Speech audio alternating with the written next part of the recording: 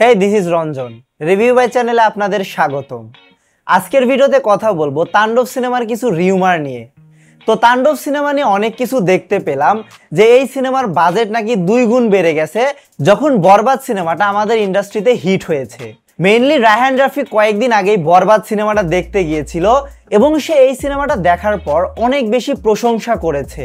তাই রায়হান রাফি হয়তো মনে মনে ঠিক করেছে যে তাণ্ডব সিনেমাটা শুধু তুফানের থেকে নয় বরবাদের থেকেও ভালো করতে হবে, কারণ দর্শক এত বড় স্কেলের একটা সিনেমা দেখার পরে যদি আবার নিম্ন স্কেলে নেমে আসে তাহলে কিন্তু সেই সিনেমাকে কখনোই ভালো বলবে না। এর জন্য হয়তো রায়হান রাফি এত বড় একটা পদক্ষেপ নিচ্ছে। আপনারা হয়তো জানেন বরবাদ সিনেমার বাজেট কিন্তু 15 কোটি টাকার মতো ছিল।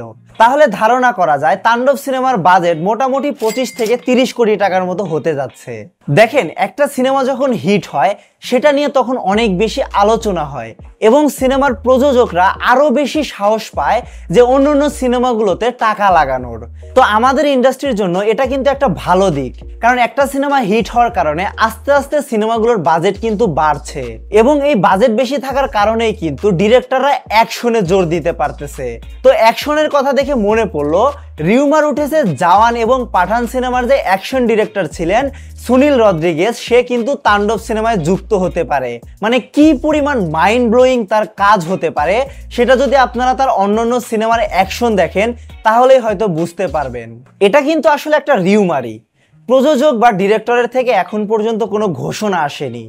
তো এই জিনিসটা যদি আসলেই সত্যি হয়, তাণ্ডব সিনেমায় যদি সুনীল রদ্রিগেজ আসলেই অ্যাকশন ডিরেক্টর হিসাবে কাজ করে তাহলে কিন্তু বাংলাদেশের দর্শক ভালো একটা কিছু পেতে যাচ্ছে।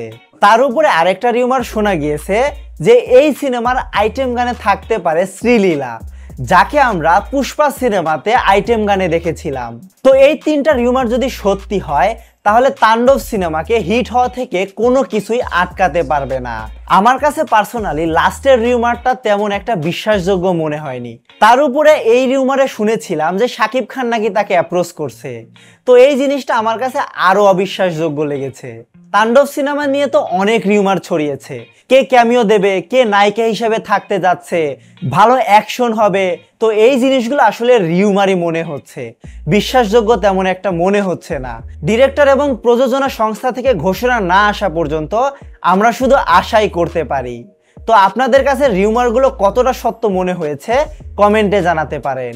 রিভিউ বাইয়ের সম্পূর্ণ ভিডিওটি দেখার জন্য ধন্যবাদ।